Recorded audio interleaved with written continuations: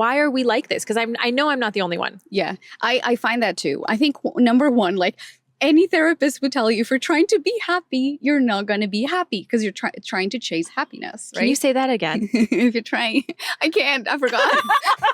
My ADHD, I'm like, it's gone, it's forever. I knew this was going to be good. That's amazing. First of all, everyone, welcome to She's Interesting. I'm your host, Rochelle Hariri. This is my friend, Ana Xavier from the podcast space. Ana, welcome to She's Interesting and welcome to my car. Thank my you. dirty, messy car. This is what I was doing before we were filming. Okay. Yes. So back to Anna's question. Why are we not influencers? I will explain. We just went through 7 Brews drive-through. Thank you, 7 Brew, for Caffeination. For caffeination. I paid for it myself. It's not sponsored. We went through and the guy that worked there was so nice. He's like, what are you guys doing tonight? And I said, we're filming a podcast. And he goes, amazing, right away. Put it in my phone. He was very aggressive too. Put it in my phone. And I was like, okay. And she has a podcast. He's like, put it in my phone. Hers too.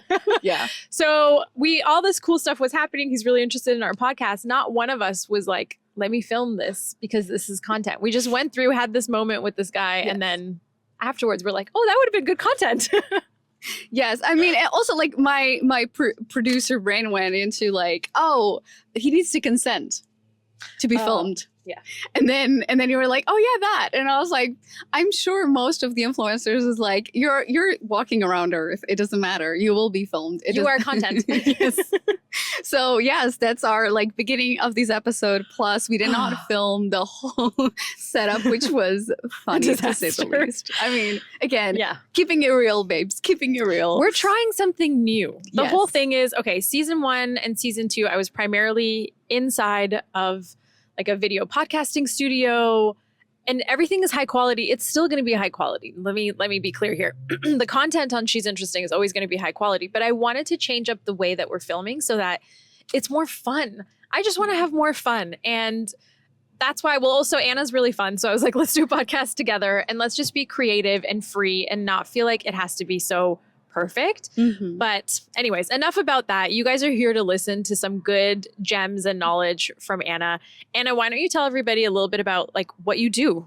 Yeah, so funny thing that you say like about fun, because that's actually everything about my brand. So I'm a podcast strategist and coach. And so basically I help women, entrepreneurial leaders, multilinguals, and underrepresented communities to show up using their podcast and being more strategic about how they're using the podcast content. And to your point about being fun, one of the reasons why most podcasters are not having fun is because, one, they're not making a sustainable plan that they actually can implement and having fun, because we know Guilty.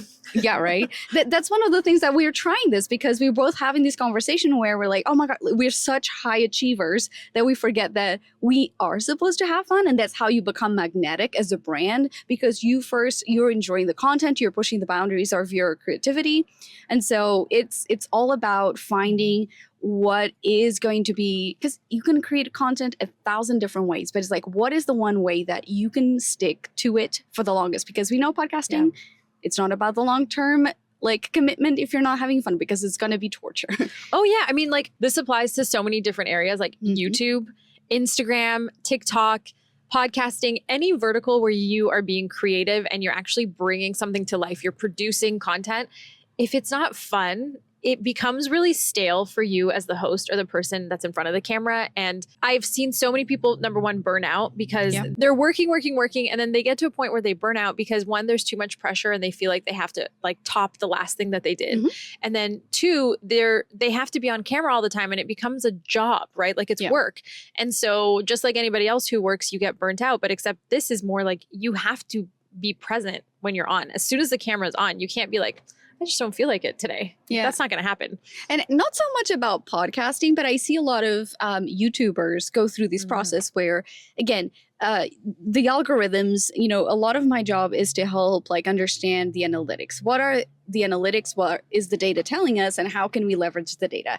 But I feel like in order for you to be, you know, having millions and millions of downloads, millions and millions of views on YouTube, for instance, specifically, you see that time and time again. You understand what format works, and then you just replicate. And one of the main components of virality or success long-term is, you know, creating high quality products consistently, sometimes uploading content like 2 to 3 times a week. And so I'm just talking about YouTube specifically. Podcasting is not like this, but you see that time and time again that the biggest YouTubers burn out, every single one of them, because they're trying to replicate the recipe and they say, ew, my heart wasn't in it anymore.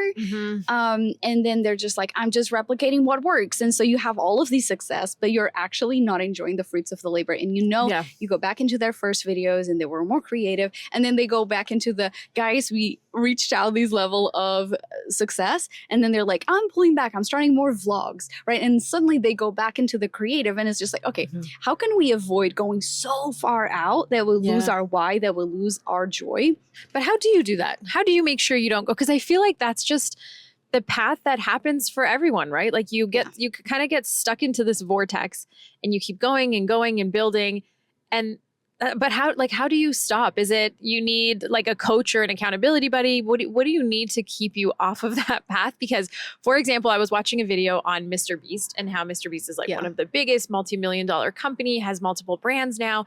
And it was actually on Diary of a CEO. He was doing an interview there and he basically was like, it's just me. Like, he's like, I have to produce. I have to be on and filming every single day.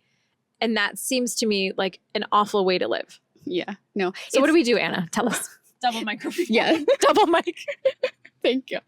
I fell into that trap. I thought, and I work with podcasters. I think that is recognizing some of the signs and not letting it go too far. So it's kind of going, okay, do I find that I am too worried about the download numbers and the performance and how I'm perceived, and starting to recognize those signs before you get to the burnout phase? If it's not bringing you joy, you're like, okay, let's stop for a second and let's recognize, is it just because, is it a season of life? Because it can happen with podcasting. You'll go through seasons of life when you're like, my gosh, like enjoying this so much. I'm working really long hours, but it doesn't matter. And then there are other times where I've definitely felt that. Yeah, I felt both of those. Right. And it's recognizing those will happen. I'm like, I just admitted that. You're like, I felt both of those, but how do you maintain like that creative energy? I think that's the biggest challenge for me. Is I'll go, and honestly, for all the women listening, different stages in your hormone and your cycle. Yes. There's certain times where I feel so creative and I'm like, I'm on top of the world and I'm ovulating. And I have the best ideas. And then I'm in my luteal phase and I'm literally like, I don't want to be seen. I want everyone to leave me alone. And I'm thinking, man, I wish I had created more content when I was in that phase where I was like high on life so that I could keep my content going, but I didn't. So like, why are we like this? Because I know I'm not the only one. Yeah, I find that too. I think number one, like any therapist would tell you, if you're trying to be happy, you're not going to be happy because you're trying to chase happiness, right? Can you say that again? If you're trying, I can't, I forgot. My ADHD, I'm like, it's gone, it's forever. I knew this was going to be good. That's amazing. I guess I probably said like, if you're trying to chase happiness, you're not going to be happy. Yes.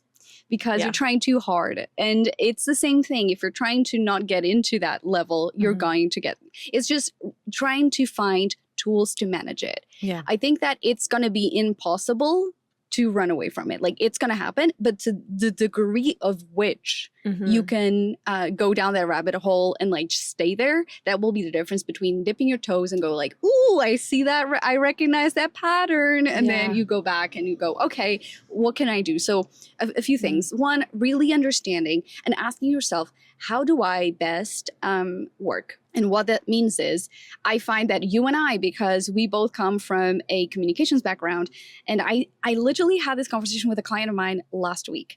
And that is to recognize that you cannot create content to a degree that we used to, like pre-pandemic. So you cannot create a content planner. You cannot create batch create like crazy like we used to before. Yeah. We're in a different time where it's okay to lean more into there'll be seasons where you can, what I call creating like your emergency pack. So you create 3 to 4 episodes. And those really help you not stress as much because you have those episodes either already recorded or ready to go. And so we have finding your processes and hiring help for the things you really detest. So editing, researching, if you're the talent, you cannot replace yourself. No. That's period.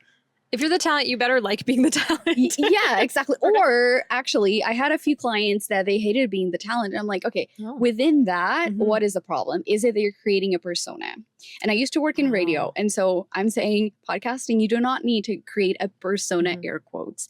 You need to be, because we're all about authenticity and connecting on a human level and intimacy that we're like, it's like your friend. Like we're recording this in the car. So I'm actually really interested to see this very common scenario, relatable, how that's going to perform. Yeah. This is my analytical brain. But but if it's editing, I had a client who she's been wanting to launch a podcast for relaunch a season. I'm sorry. I don't, that's what she meant. So she's wanting to create a new season and she is so stuck because she's moving into video podcasting and she's like, my favorite. And I'm like, okay, let's hire help. Let's find, because she's an author. And so she needs to justify the investment. And that is, it's an investment. If you have books, if you have a way to monetize, you have to say, I'm really not good at this, or this is literally stealing the joy out of creation. And so it's finding the processes within, your own workflow. Where are you getting stuck? Where is it stealing? Because we have high energy and we have really good creative energy. And if we're getting to the point where we're using it for all these mundane tasks where it's not our kind of favorite skill, or we're not talented at that, we're just gonna be fighting it. And so when it's time to be the talent, we're like, I hate this. Or recording the time of day. This is something that... Yes. That's why we're doing this in the morning, guys. Yes. It's 9:30 right now, I think. Yes. We probably later because we were toddling around. But it's funny because we don't recognize, especially women who are high achievers. I don't call myself a perfectionist, but I am a perfectionist. You're undercover. I'm a high achiever, bits. I'm a creative perfectionist. Yes. So how can we kind of lower the barrier, the expectation of what we're supposed to do and make it more, okay, if I was to tune down the perfectionism 20% and bring that experimentation, it can be, this, because maybe if you were doing it yourself, you'd be like, oh my gosh, I can't do this. It's not going to be fun. But being together, the energy. Yeah, it's different. So that's my long-winded answer to that. No, I like it. Another tip that you gave me, which I haven't done yet, is if you're recording, have someone with you if you're doing a solo cast. For example, get a friend, get your boyfriend, get your girlfriend, your husband, whoever it is, your sister, to sit in with you so that you don't feel like you're talking to yourself. Because I often feel like that when I'm solo, working by myself, is I'll be talking, but then I'm like, I need a reaction. I'm that kind of person where I'm like, I need to see someone's face light up when I say something funny. Is it resonating? Or, you know what I mean? Is this hitting or not? Because then I start to ramble, and I often do that, which honestly, I think it's fine because I enjoy listening to those solo casts too, where I'm just listening to someone and their thoughts on a specific topic or business, and then just hearing how they think to themselves. It's interesting. But if you can grab a friend or someone, absolutely do that. Now I'm going to switch gears a little bit because Ana and I are both new to the South. Okay. Well, you've been living in the South for a while. You were in Texas and then you moved to Arkansas. I moved from Toronto to Arkansas, but we kind of connected because we were both looking to build community here because we're new. And that's the thing that I feel like we should talk to more people about is we're both in our 30s, mid to late 30s. We've had a transition in life. We're both married. We don't have kids. But I think community really matters as you're getting older, is finding people who get you or accept the way that you view life and the cool things that you want to do. So let's talk a little bit about that because you've moved quite a bit. She's actually from Portugal. Yes. Yeah. So I'm originally from Portugal. When I was 22, I moved to London, lived there for 5 years, moved to Texas after that. And I was telling you, I was like, man, that was me. Because again, in your 20s, in your 30s, in your early 30s, in your mid 30s, you're going to be a completely different person. Oh, yeah. And so what I found it was really interesting is that, as an adult, it's harder to make friends. But the cool thing about podcasting is that it can help you. It really can help you build that. And again, a podcaster introduced us. That's true. So, shout out to Ervin. Yes. Thanks, man. That's another thing. When I first moved down here, I knew my husband and I knew maybe 3 people, right? One of them was his colleague and his wife. Shout out to Marcus and Emily. And then I think I can't remember right now who the other person is. I'm put on the spot, but my first thought was I need to find people that are either entrepreneurs or in the creative space. And I got really lucky that we have a podcasting community down here. Within the first month that I was here, I went to a podcasting meetup, and that's where I met Arvine, and I met a bunch of other podcasting girls that are down here. And so that actually really helped. And you came down here. You're obviously really like into the podcasting space. You also met him. You spoke at a conference the first month that you moved down here. And then Arvine connected the two of us. And so I think like the key thread through all of this is like, follow things that you care about and you have interest in, and then you'll just naturally find other people that are also interested in those things. And then like organically you create a friendship just because you have stuff in common. One of the biggest mistakes that podcasters make is looking at their podcast as their creative outlet while it is at the same time their business tool. And that cannot be. You cannot have, one of them has to be over the other. Can we dig into that a little bit more? Like can you be more specific? Like what do you mean they can't overlap? So one has to be, you can't say, so if you're, this is the most common scenario that I see. Someone who's very creative wants to do a podcast, but they want to have conversations with friends. The friends being like people in the industry that they love and adore. But if one of their goals with a podcast is to expand that network, but they keep inviting just the people they know, you're not going to hit your business goals of expanding your network or getting in front of decision makers, or even if you want to sell your products and services to the guest, which you normally sell to three people: the audience, your guest, and your peers. Yeah. So that has happened to me. And so I all three, not that I planned it. It's just some of them happen organically.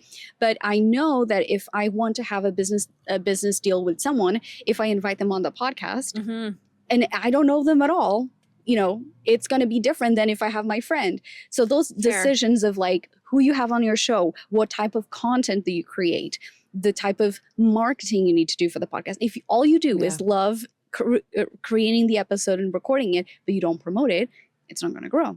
So that's what I'm talking about when I'm thinking, creative versus like strategic. I think that's fair. Even with what I've been doing with She's Interesting and bringing guests on, people were like, how did you find all these amazing women? And my first thing was, well, in season 1, I started with my network, right? Like I started with who I knew that fit the target guests that I would want, right? Women who've reached 7 figures plus with their business, they're investors, they're change makers, and they have a large community, and like the brand association between what I'm doing and what these women do made a lot of sense. And so I brought them on. There was like Eva Lau, who her and her husband exited Wattpad for 800 million USD. She came on, she's an investor. I hadn't met her before, but through my network, I was introduced to her. So that helped to expand my network. And then in season 2, I interviewed Pauline Yegnazar-Peck, who is a psychologist, and she's amazing. I found her online, and that helped me so much because like in terms of growth and community, her whole community, and she's really blown up. Like Pauline is amazing. Anybody who doesn't know her, follow Pauline the psychologist on Instagram, TikTok, etc. But she's actively growing her community. We met, now we became friends. I think she's amazing. I'm so glad that I even know her, but it helped me to expand not only like my friend circle, but my network and also my community. Because what I realized is the women that are listening to her podcast and following her are also most likely going to be resonating with my content, right? Because Pauline specifically works with daughters of immigrants, and she helps them with like setting boundaries. And, like we all have these big, crazy families and everybody wants to get involved, and there's so much codependency. And so that's her focus. And I'm like, well, I'm Persian, she's Persian. Like there right away, our dynamic makes sense. But also like my audience is a mix of women of all diverse backgrounds, and also a lot of men from diverse backgrounds. And so it just makes sense. So think about that as well as you're trying to find people to bring on your podcast. It's how do our communities overlap? Does this make sense? Will my community care? Will their community also be excited to see them in my space and the way that I interview and the questions that I ask? And I think in this case, it works really well because I asked Colleen specific questions that were really interesting to her own audience too. So it was a win for both of us. So Anna and I were both, as I mentioned earlier, we're in our mid to late 30s. And we've had many different transformations in our lives as we've like, well, I moved here recently, but Hannah's moved a couple of times. And what I think I really want to talk to you about is just embracing change in yourself. I often find in talking to women that I know or friends of mine, like let's say they'll have children and that's a transformation. But then after they have the kids, like after a couple of years, then they have their own transformation. Mhm. One of my good friends went through this really recently, and I'm so proud of her to see like the way she's running her life, and she's like doing speaking engagements around the world. It's just so cool to see. But I really want to highlight that because I think it's never too late. It's never too late to make a change. It doesn't matter what age you are. You can make a commitment to yourself to grow and to learn, to expand your network and to change your life really at any point. I really believe this is possible. And I really wanted to talk to Ana about this because you're someone who's had many of these transformations. You've moved from Portugal to London to Dallas and now to Arkansas. And you were mentioning to me earlier that it's like every phase felt like a different version of Ana. Mhm. So can you tell us a little bit about that and how you went through it with grace instead of, like trying to hold on to the previous version of yourself or being hard on yourself in a new environment? Yeah. I mean, I'm going to just keep it real. I mean, that's what we like on it here. It was a mess. It was a true mess. Like moving from London to Dallas, like it was just not. Also, I was like late 20s but so from there and then from moving from Dallas to here, it was just I never give myself grace until this time. Mm-hmm. I was like, you know what? My business is going to be set back 6 months and I have to be okay. And it's winter. It's going to be miserable and it's going to be okay. And I feel like before I would just have asked myself, like be really frustrated and go, why am I not making friends as fast? Why is my business like so slow? Why is it why, right? Mm-hmm. And so I feel like this year just saying, okay, like I know I'm very smart, but it's those things that you see. You have to switch off your brain that goes, oh, the internet is showing me that all of these women are having like the best time of their lives. And it was easy transition. I was like, okay, one, I have different expectations of life. I'm in a different phase of life.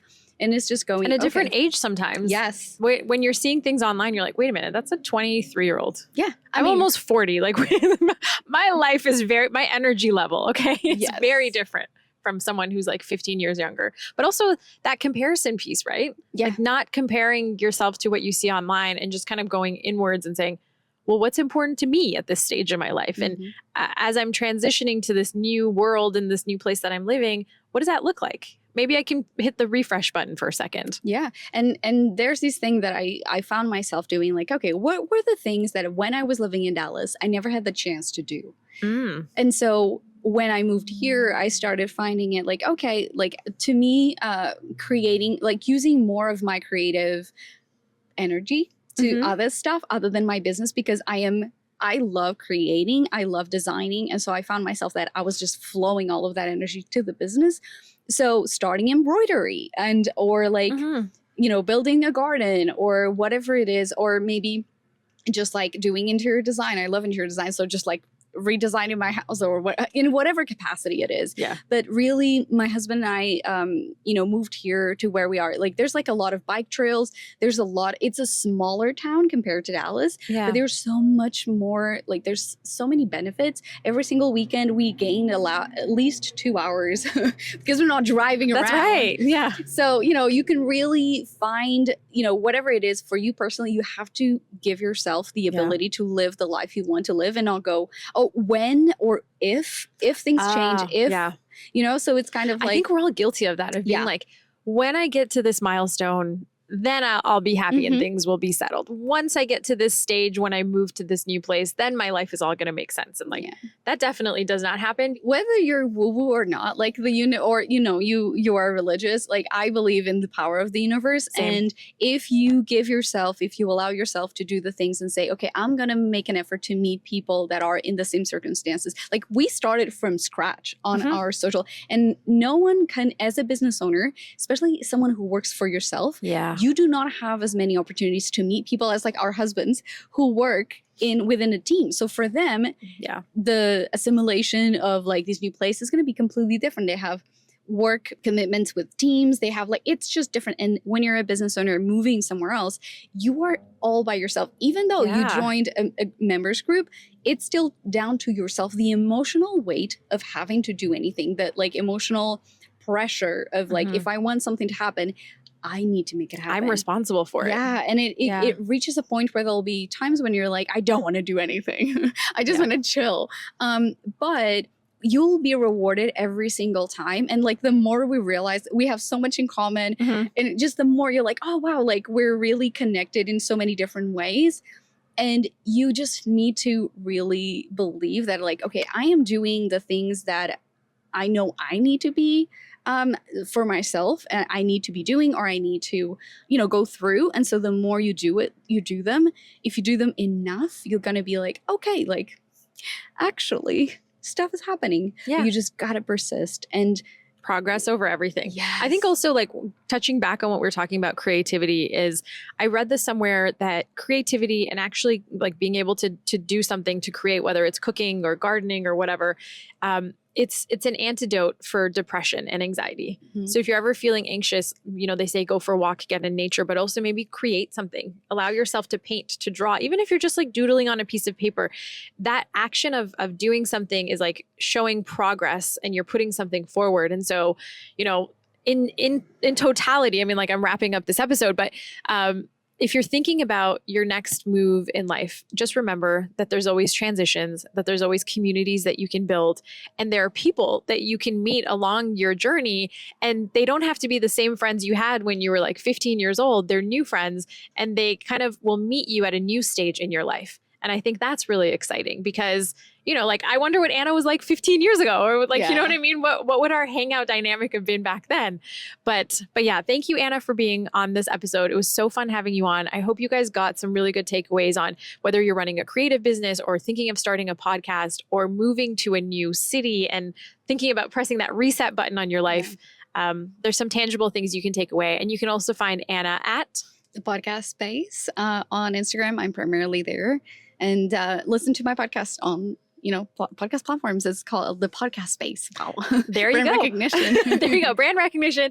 As always, make sure to review and rate this podcast episode. It really helps us out and it keeps me going and motivated. If you have any feedback about the episode, you all know where to find me, but definitely make sure to subscribe, to rate, and review. Thank you so much.